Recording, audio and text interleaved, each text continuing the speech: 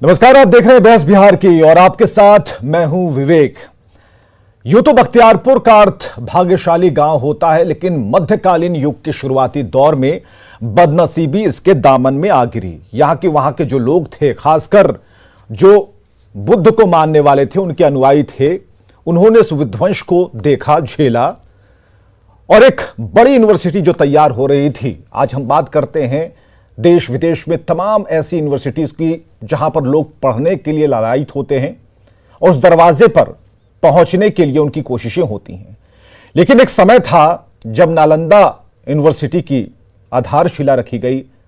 देश विदेश से कोने कोने से लोग वहां पहुंचते थे। पढ़ाने वाले शिक्षक भी बाहरी और जो पढ़ने वाले छात्र थे उनकी भी काफी संख्या होती थी। लेकिन क्रूर सेनापति बख्तियार खिलजी ने सब कुछ बर्बाद कर दिया। सवाल यह है कि राजधानी पटना से लगभग 100-150 किलोमीटर की दूरी पर बख्तियारपुर एक जगह है। आखिर इसका नाम क्यों नहीं बदलना चाहिए? क्योंकि हम ये इसलिए कह रहे हैं कि इस पर अब प्रतिक्रियाएं आनी शुरू हो गई हैं और यह कहा जाने लगा है कि इसका नाम क्यों नहीं बदले। बिहार आखिर बख्तियार को क्यों ढो रहा है? विधर्मी आक्रांताओं का नाम आखिर क्यों हमारी जुबान पर है? और बार बार जब आज की युवा पीढ़ी उस रास्ते से गुजरती है तो सवाल यह करती है कि जिन्होंने हमारी यूनिवर्सिटी जला दी, विद्यालय जला दिया, भविष्य जला दिया, साधु संतों को भी नहीं छोड़ा, आखिर उसके नाम का इतना सम्मान बिहार में क्यों? इस पर क्या कोशिशें हुई? हमारे साथ तमाम गेस्ट मेहमान जुड़ चुके हैं, उनसे हम आपका परिचय कराना चाहेंगे। हमारे साथ आशीष नाथ तिवारी हैं, प्रवक्ता कांग्रेस से। आशीष जी, बहुत बहुत स्वागत है आपका। यशवंत सिंह जी हैं, संगठन महामंत्री हिंदू जागरण मंच से। यशवंत जी, बहुत बहुत स्वागत है आपका। धनंजय गिरी जी, प्रवक्ता बीजेपी से हैं। धनंजय जी, बहुत बहुत स्वागत है। और अख्तरुल इस्लाम शाहीन, नेता आरजेडी से, आपका भी बहुत बहुत स्वागत है।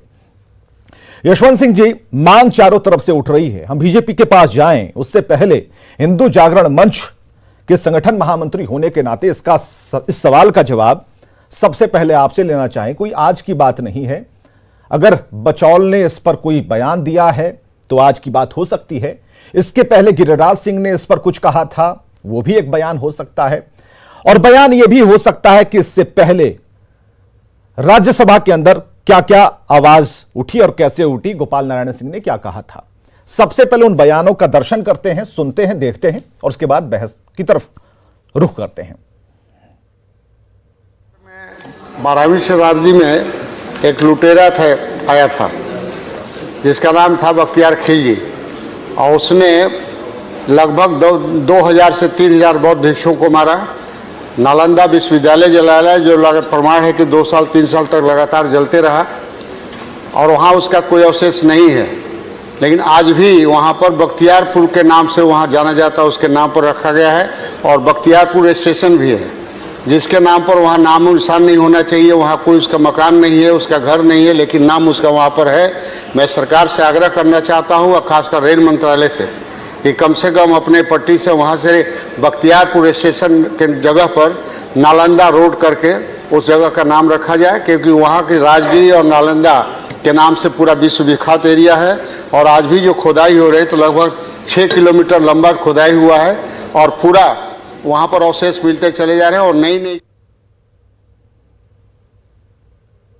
बदलना जाना चाहिए, क्योंकि बख्तियार खिजली नालंदा विश्वविद्यालय को जलाया था और वहाँ के कालाल जो बिहार का विकास पुरुष है, उसका नाम बख्तियारपुर का नीतीश नगर हो या स्वतंत्रता सेनानी के नाम पर श्रीभद्र याजी वहाँ थे स्वतंत्रता सेनानी, माननीय मुख्यमंत्री जी के पिताजी थे स्वतंत्रता सेनानी, या तो स्वतंत्रता सेनानी के नाम पर हो या नीतीश नगर उसका नाम रखा जाए। चलिए, आगे नाम क्या होगा इस पर बात अलग से है, क्योंकि अगर हम 2014 या फिर उससे पहले अगर जाएंगे तो अलग अलग नामों की बात होने लगी। पहले ये नाम हटे तभी कोई नया नाम आएगा। यशवंत सिंह जी, इसका सही जवाब क्या है? आखिर बिहार क्यों ढो रहा है बख्तियार खिलजी के इस नाम को?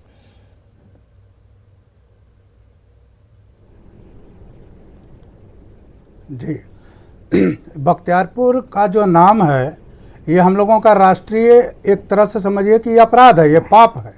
और ये बख्तियारपुर के ही कम, पूरे देश के अंदर जो आक्रांताओं के नाम से जो जिन शहरों का नाम रखा गया है या जिन सड़कों का नाम रखा गया है, उन तमाम चीज़ को बदलना चाहिए। चूँकि आगे आने वाले जो नौजवान हैं उनको यह जानकारी होना चाहिए कि हमारे जो नेशनल प्राइड है, ये हमारे प्राइड नहीं थे। बख्तियार खिलजी हमारे प्राइड नहीं हो सकते हैं। हमारे विचारों पर आघात उन्होंने किया। उस समय जो उत्कर्ष यूनिवर्सिटी था, नालंदा यूनिवर्सिटी, उसको इन्होंने जलाने का काम किया 1193 से 1198 के बीच में।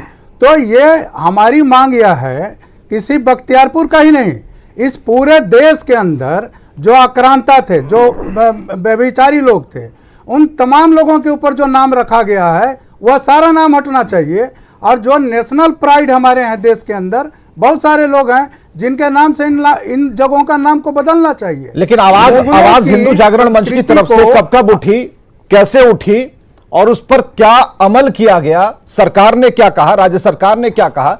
क्योंकि अगर हम, जैसा हम कह रहे भी रहे पहले, कि अगर हम थोड़ा और पहले चलेंगे, जब बूटा सिंह राज्यपाल थे उस समय भी रेल मंत्री के तौर पर लालू प्रसाद थे और उन्होंने इस बात को आगे बढ़ाया। उसके बाद से लगातार इसकी चर्चाएं जोर पकड़ने लगी कि आखिर बख्तियारपुर का नाम क्यों ना बदले। जहां तक मेरी सोच, अगर मैं गलत हूं तो वहां पर आप इसे सुधार भी सकते हैं, लेकिन हमें यह जानना है कि आखिर इसे बदलने के लिए इतना वक्त क्यों लग गया? अगर वो आक्रांता था, विध्वंसकारी था, क्रूर था, उसने सब कुछ बिहार की अस्मिता, उसके सम्मान का वो कालिख था, तो फिर हमने क्या प्रयास किया उस नाम को हटाकर अपने किसी स्वतंत्रता सेनानी के नाम को रखने के लिए? ये इसका उत्तर हमें कौन देगा? नहीं, इसका उत्तर तो स्पष्ट है। वह आक्रांता था, वो व्यभिचारी था, वो बलात्कारी था, ये सारे लोग जानते हैं, इतिहास के पन्नों में भरा पड़ा हुआ है। हम लोगों को चूंकि उस आज़ादी के बाद से हम लोगों के जो सांस्कृतिक विरासत है वो हम लोग वामपंथ के हाथ में दे दिए, और उन लोगों ने जो पढ़ाया वही आज के नौजवान पढ़ रहे हैं।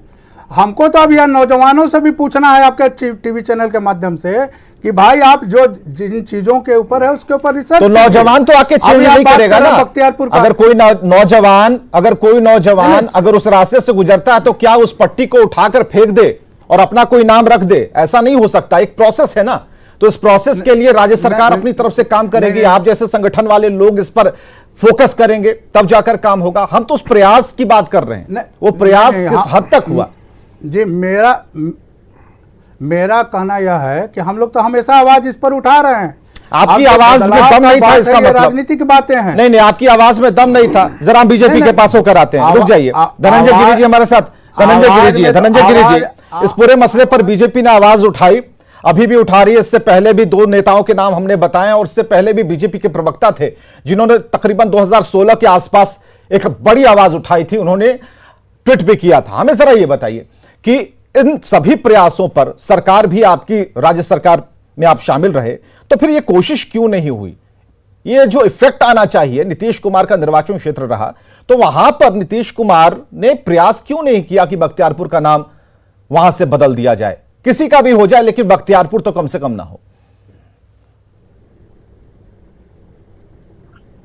देखिए, इख्तियारुद्दीन मोहम्मद बख्तियार खिलजी उर्फ बख्तियार खिलजी, ये टर्की अफगान का कमांडर इन चीफ हुआ करता था, और ये 1193 में भारत आया था।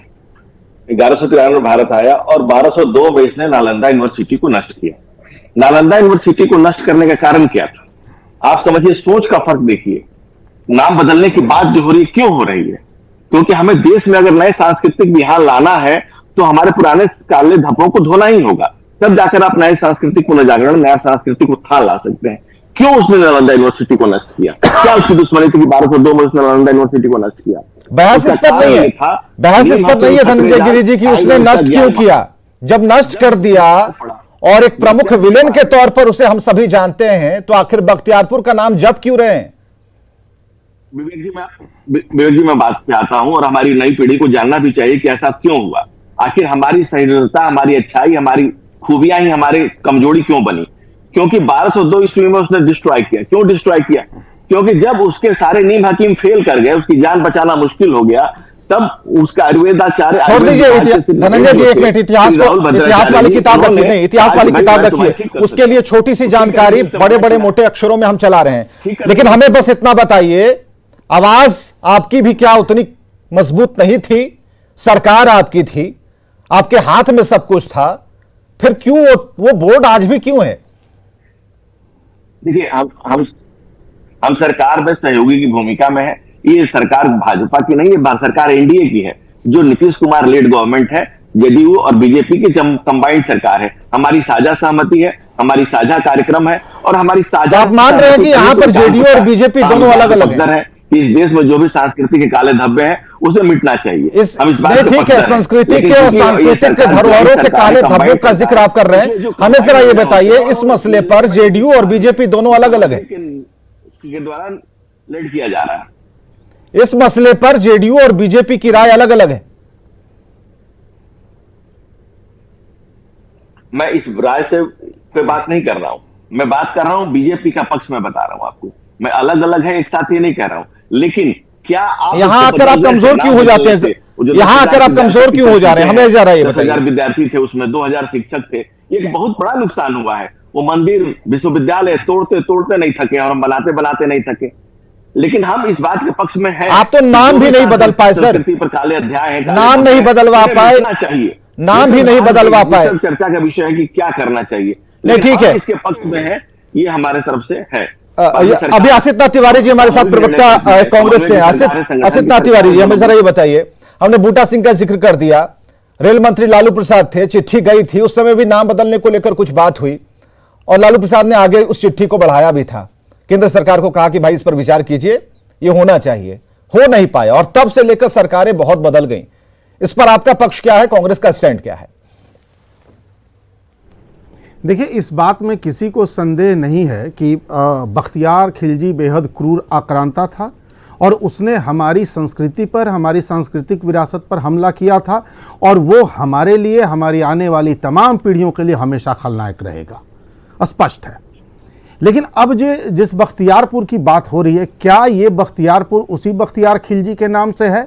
क्या इसके कोई ऐतिहासिक प्रमाण है? इसको समझने के लिए आप 1812 में डीएच बुकनान ने मगध प्रांत के गांवों, शहरों, नगरों का एक सर्वे किया था, छोटे छोटे टोलों का भी नाम उन्होंने लिखा था।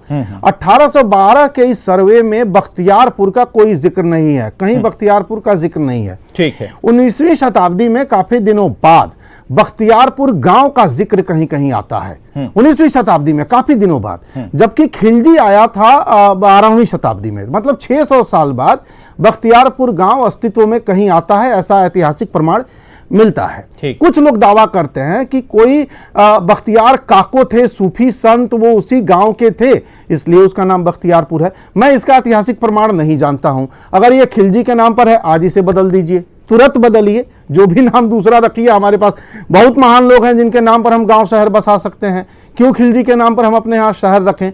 लेकिन अगर एक सूफी संत बख्तियार काको के नाम पर अगर वो गांव नगर शहर बसा, तो फिर उनसे क्या दुश्मनी है भाई? तब फिर उस नाम को रहने दीजिए। तो मैं बस ये कहूंगा, तो ये जो आसित जी, ये रिसर्च वाला जो विषय है, ये पन्ना सिर्फ आप ही के पास नहीं होगा, और लोगों के पास होगा, जो इतिहासकार होंगे उनके पास भी होगा। नहीं, जरा ये बताइए, का सर्वे जो है ना, डीएच बुकनान का सर्वे सर्वमान्य है, भारत सरकार भी उस सर्वे को मानती है। ठीक है, तो सर्वे, तो सरकार ने कभी कहा नहीं कि सर्वे के लिहाज से नाम बदलना नहीं चाहिए, ये किसी संत के नाम पर है, लेकिन जो बख्तियारपुर था ही नहीं ना उस सर्वे में, जो 1812 में जो सर्वे हुआ है ना, उस समय बख्तियारपुर का जिक्र तक नहीं है। तो इसका मतलब वो उसके बाद वो गांव बसा है या शहर बसा है। चलिए, आप इसका एंगल एक और भी देना चाह रहे हैं। यहां पर हमारे साथ आरजेडी के नेता अख्तरुल इस्लाम शाहीन भी हैं। अख्तरुल जी, इस पूरे मसले को लेकर अभी वाद विवाद हो रहा है, चर्चाएं चल रही हैं, नाम क्यों नहीं बदलना चाहिए, और सरकार की जब कोशिश हुई,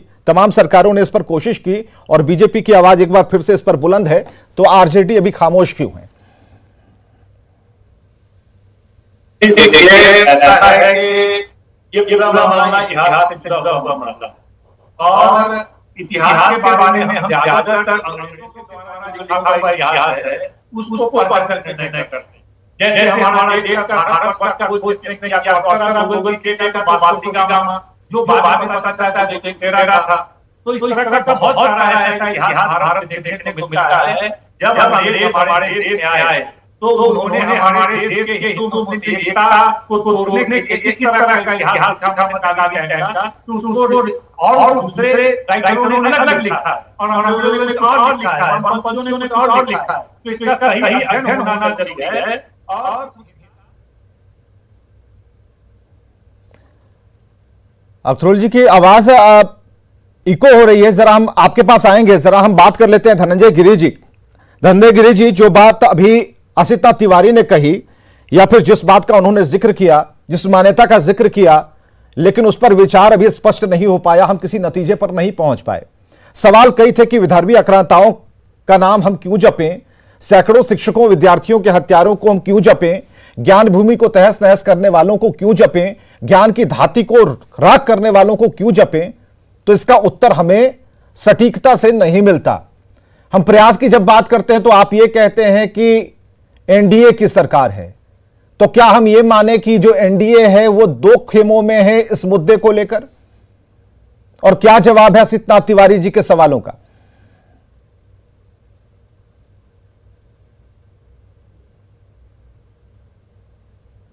के विकास को बड़े पैमाने पर अगर राजद पर्सपेक्टिव में देखिए, आम आवाम की जरूरत के हिसाब से एनडीए की सरकार वहां जरूरी थी। और मैं बख्तियारपुर पर नहीं, जनरल बात कह रहा हूं कि कोई भी इतिहास के काले धब्बे हैं तो उन्हें हमें मिटाना पड़ेगा, सांस्कृतिक पुनर्जागरण के लिए खड़ा करना पड़ेगा। क्योंकि समस्या एक सोच की है। हमने अच्छाई किया, हमारे यहाँ श्री राहुल भद्राचार्य जी ने उस व्यक्ति को जीवन दिया, उस व्यक्ति ने उस संस्थान को नष्ट किया। आप देखिए उठा करके तालिबान में, अफगानिस्तान में, जहां विश्व की पहली यूनिवर्सिटी थी तक्षशिला, जहां पाणिनि ने व्याकरण की रचना की बैठ करके, वो तालिबान आज जैसे ही विधर्मी के हाथों गया, जैसे ही धर्म के परिवर्तन हुआ, वहां धर्मांतरण हुआ, राष्ट्रांतरण हुआ, जैसे ही वहां एक नई सोच ने जन्म लिया, आज क्या बन रहा है, वहां क्या हो रहा है, जिंदगी को कत्ल गारत का माहौल बना हुआ है। उसी तरह से अगर इस सोच को, इस तरह के परिवेश को, इस तरह की चीजों को अगर नहीं रोका जाएगा तो ये समस्या का कारण बनेगा। और हम ये कह रहे हैं कि किसी भी जो इतिहास के काले धब्बे लगे हुए हैं उसको हमें मिटाना ही पड़ेगा, हमें आने वाली पीढ़ियों को संदेश देना ही पड़ेगा। मैं पर्टिकुलर बख्तियारपुर या किसी चीज की बात नहीं कर रहा हूं, मैं कह रहा हूं कि इन जनरल वो दौर था जब तुम्हें अपनी मनमाना आता था, ये दौर है जहां कि हमें उन्हें उन चीजों को मिटाना आता है। हमें एक आने वाली अख्तरुल इस्लाम साहब, क्या आप हमें सुन पा रहे हैं? एक बार हम आपकी आवाज जरूर सुनना चाहेंगे ताकि वो इको, जो आवाज आपकी इको हो रही थी उससे हम, अख्तरुल जी हमारे इतिहास के बारे में बाबा साहब अम्बेडकर ने भी कहा अपना भूगोल नहीं बना सकती जो अपना इतिहास नहीं जानती है। हाँ बिल्कुल बिल्कुल अख्तरुल जी अपनी बात कहें। ठीक है, रुकिए जरा धनंजय जी, रुकिए अख्तरुल जी। नहीं, देखिए हमारे देश में जो अंग्रेज इतिहासकारों के द्वारा जो इतिहास दिया गया है, अधिकांश लोग उसी को पढ़ के समझते हैं। सब लोग जानते हैं कि भारत के में जो इतिहास है वो अंग्रेजों के द्वारा जो है वो अपने देश में हिंदू मुस्लिम एकता जो थी उसको तोड़ने के लिए गलत तरीके से इंटरप्रेट करके करने का काम किया गया। और जहां तक नालंदा विश्वविद्यालय का बात है तो हम लोग जानते हैं कि उस समय हमारे बिहार में पाल डायनेस्टी काम किया करती थी। आखिर समझिए कि हमारे देश में जो बुद्ध धर्म थे उनकी लड़ाई किनसे होती? इस्लाम धर्म के लोग तो बाद में आए, 1000 साल पहले आए, लेकिन वो लड़ाई आज से नहीं लगभग 2000 साल पहले चला करती थी और हमेशा कत्लेआम हुआ करता था। आखिर किनके बीच यह लड़ाई थी? इस इतिहास को देखना पड़ेगा। तो ये एक अलग चैप्टर है। अभी भारतीय जनता पार्टी के लोग जो अगर ये बख्तियार खिलजी ने के बारे में जो कहा जा रहा है, मुझे लगता है आज जो सत्ता में बैठे लोग वह क्या कर रहे हैं? पूरे देश के संसाधन को बेचा जा रहा है, तमाम रेलवे को बेचा जा रहा है, तमाम आरोप है को बेचा जा रहा है। धनंजय गिरि जी, आप पर आरोप है आरजेडी के लीडर अख्तरुल इस्लाम साहब का। इनका क्या इतिहास लिखा जाएगा? आपने क्यों नहीं किया? सरकार आपकी है, एक लंबे अरसे से सत्ता में है, एक्शन क्यों नहीं हुआ? धनंजय गिरि जी देखिए, मैं तो अख्तरुल इमाम भाई साहब को यही कहूंगा कि इस मतलब अमलो अमन का कोई भी जो जिसने हत्या की हो, जिसने खत्म किया हो, वैसे किसी भी व्यक्ति के नाम पर कुछ भी नहीं होना चाहिए। हमारे सांस्कृतिक पुनर्जागरण के लिए जरूरी है। और हम तो लार्जर पर्सपेक्टिव में हमेशा बात करते रहे हैं कि यहाँ जितने लोग हैं सब यहीं के हैं। जो इन्वेडर आए, जो आक्रांता आए, उन्होंने यहाँ की संस्कृति को खंडित किया, नष्ट भ्रष्ट किया। उसे हमें सुधारने, संवारने की और ठीक करने की जरूरत है और हम लगातार प्रयास कर ही रहे हैं। 2019 में बिहार को इतने तरह से 2019 में सुनिए गिरिराज सिंह ने बयान दिया था, उन्होंने इस मसले को काफी मजबूती से उठाया, तब इलेक्शन था। हमें जरा ये बताइए इलेक्शन के समय इतनी मजबूती से आवाज उठाने वाले गिरिराज सिंह अब कुछ बोल नहीं रहे, अब बचौल जी बोल रहे हैं, तो सिर्फ बोलने से काम चलेगा? कैसे कैसे इस पर जो उचित निर्णय होगा सरकार मिलजुल उचित कौन निर्णय कौन लेगा? आप ये बताइए ना, निर्णय कौन लेगा, किसे करना है धनंजय जी? निकले निर्णय तो कलेक्टिव ही होंगे, कलेक्टिव निर्णय होंगे। सरकार अगर कलेक्टिव रूप से चल रही है, आप मान क्यों नहीं रहे? तो इसका मतलब कलेक्टिविटी यहाँ नहीं है, शुरू हुई है, कलेक्टिव सोच नहीं है। आप ये क्यों नहीं कह रहे हैं? अब हम बता रहे हैं क्या हुआ था। गिरिराज सिंह के बयान पर जेडीयू से उस वक्त संजय सिंह ने बयान दिया था, उन्होंने कहा था कि जाकर आप इतिहास पढ़ लीजिए। उस समय उनका संदर्भ जो भी रहा हो, और आज भी धनंजय जी की भाषा में हमें उसी तरह का एक विवाद यहां पर दिखता है। इस मंच पर बराबरी नहीं, डबल इंजन में एक इंजन कहीं ना कहीं हमें यह लगता है कि उसकी आवाज और उसका जो धुआं है वो कमजोर पड़ रहा है। असितनाथ तिवारी जी, आपने एक बात अलग से इसमें पुट की। बिल्कुल नहीं, रुकिए हम असितनाथ तिवारी जी के पास जा रहे हैं। असितनाथ तिवारी जी, इस पूरे मसले को हम ये पूछ रहे हैं, सरकार को ये कह रहे हैं कि भाई सरकार आपकी है हमारे लिए, जनता लंबे समय से, क्या इसमें कहीं कोई सोच, जीवन और उसकी महत्ता पहले महत्व रखती है? नहीं, ठीक है, ठीक, बात की है। रुक जाइए असितनाथ तिवारी जी, क्यों जब तक आप भवन नहीं बनाएंगे, लाइन नहीं रखेंगे? नहीं, कब से चला रहा है? कब से चला रहा है? पहले जो जाम आवाम की ये कब से चला रहा है? और गुर्बत से जुड़ था, जो बदहाल बिहार था, उसको पहले संवारा जा रहा है, सजाया जा रहा है। रुक जाइए असितनाथ तिवारी जी, कुछ कहेंगे? नहीं, ठीक है, आपने कह लिया ना सर, एक मिनट। विवेक जी, हाँ विवेक जी, डबल इंजन वाली सरकार में स्वास्थ्य महकमा भाजपा के ही पास है। बिहार के अस्पतालों में बच्चों को एडमिट करने के लिए बेड नहीं है। पीएमसीएच के डायरेक्टर ने किसी इंजेक्शन के बारे में लिखा है कि बहुत ज़रूरी है, जल्दी दीजिए, इंजेक्शन हमारे अस्पताल में नहीं है, बच्चे मर रहे हैं। बचौल साहब अगर ये मांग इस समय उठाते तो बड़ी अच्छी बात होती, लेकिन आपने देखा होगा भाजपा जदयू की तरफ से ये बात कोई नहीं करेगा। बख्तियारपुर का नाम बदल दो, क्योंकि इसमें बख्तियार जुड़ा हुआ है।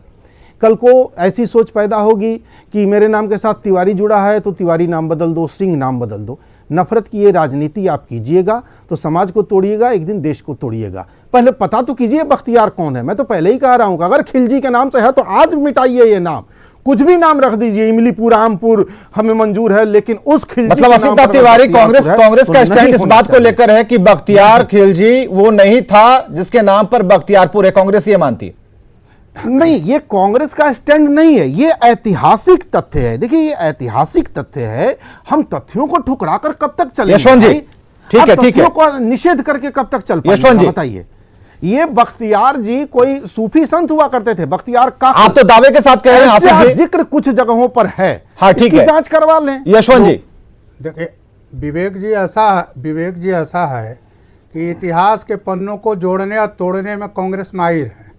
यहाँ से नहीं है, 1947 के बाद भाई 1812 का वो सर्वे कालखंड के बाद जोड़ने में ये लोग माहिर हैं। सर्वे 1812 में हुआ था। सवाल यह उठता है कि जो बैठे हुए हैं, जो जिनके ऊपर आप चादर चढ़ाने जाते हैं, जिनको आप सूफी कहते हैं, अरे उनके बारे में बताइए ना लोगों को कि वो क्या थे। मरने से पहले वह व्यक्ति जिनके ऊपर आप चादर चढ़ाने जाते हैं, उनकी इतिहास बताइए। आप अजमेर शरीफ की बात जाते हैं, अजमेर शरीफ के अंदर जो सोया हुआ व्यक्ति है वह व्यक्ति का इतिहास बताइए।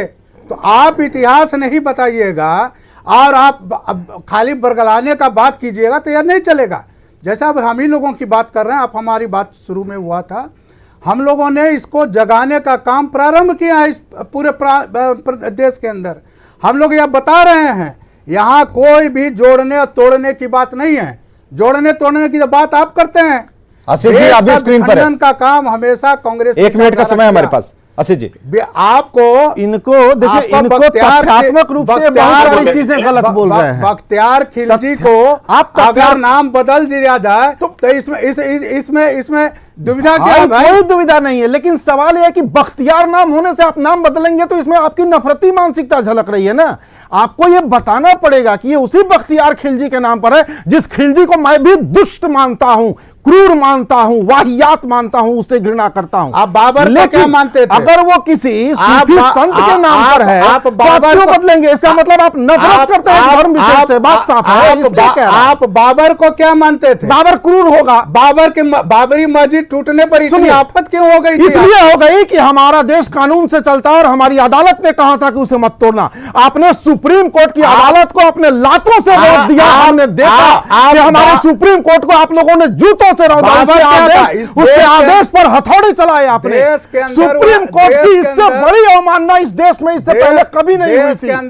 सवाल ये नहीं कि वो बाबरी मस्जिद थी, चलिए ये इस चर्चा का समय तो खत्म हो गया, इस चर्चा का समय खत्म हो गया, लेकिन बाकी जितने भी मेहमान हमारे साथ आए थे, किरुल जी आए थे, हमारे साथ धनंजय जी है, हमारे साथ यशवंत जी है, सभी को कहेंगे कि जरा सीता तिवारी से जरा मिलिएगा। और जिस बात का जिक्र अगर वो कर रहे हैं तो ये जानना भी बेहद जरूरी है, क्या अभी तक की जो प्रक्रिया चलती रही, सरकारें सोचती रही, मजबूत सरकार थी, डबल इंजन की सरकार थी, एक नाम ही तो बदलना था, बदल डालते। तो सरकार किस सोच में है, सरकार की इच्छा शक्ति क्यों नहीं काम आ रही है, और ये नाम क्यों न बदले? सवाल तो यह भी है, क्योंकि इतिहास को पढ़ने वाले, इतिहास को जानने वाले, रुचि रखने वाले और नए बच्चे अब तो सवाल कर रहे हैं। अगर कांग्रेस की तरफ से आसिफ तिवारी ये कह रहे हैं कि थोड़ा इतिहास को और डेप्थ में जानना होगा, तो ठीक है, कुछ समय ले लीजिए, पढ़ लीजिए, नाम अगर यही रहा तो बदल भी डालिए। बहुत बहुत शुक्रिया आप सभी का आने के लिए, चर्चा में शामिल होने के लिए। और 14 सितंबर को हिंदी दिवस की बात अगर हम करें तो हिंदी हमारी मातृभाषा है और यह हमारी जिम्मेदारी है कि हम हिंदी के प्रति अपने दायित्वों को निभाएं, अपनी मातृभाषा के सम्मान को बढ़ाने के लिए सदैव तैयार रहें। इसी सोच से प्रेरित होकर न्यूज 18 आप सभी के लिए लाया है एक दिलचस्प कॉन्टेस्ट जिसका नाम है हिंदी के सम्राट। और इस कॉन्टेस्ट में भाग लेना बेहद आसान है। एक नंबर हम आपको बताने जा रहे हैं, धीरे धीरे पढ़ेंगे, 8506018018 और यही वो नंबर है जिस पर आपको करना है सिर्फ एक मिस कॉल। चुने जाने वाले जो प्रतियोगी हैं उन्हें मिलेगा न्यूज 18 की टीम की तरफ से बात करने का मौका और हम आपको कॉल करेंगे, पूछेंगे हिंदी से जुड़ा कोई सवाल।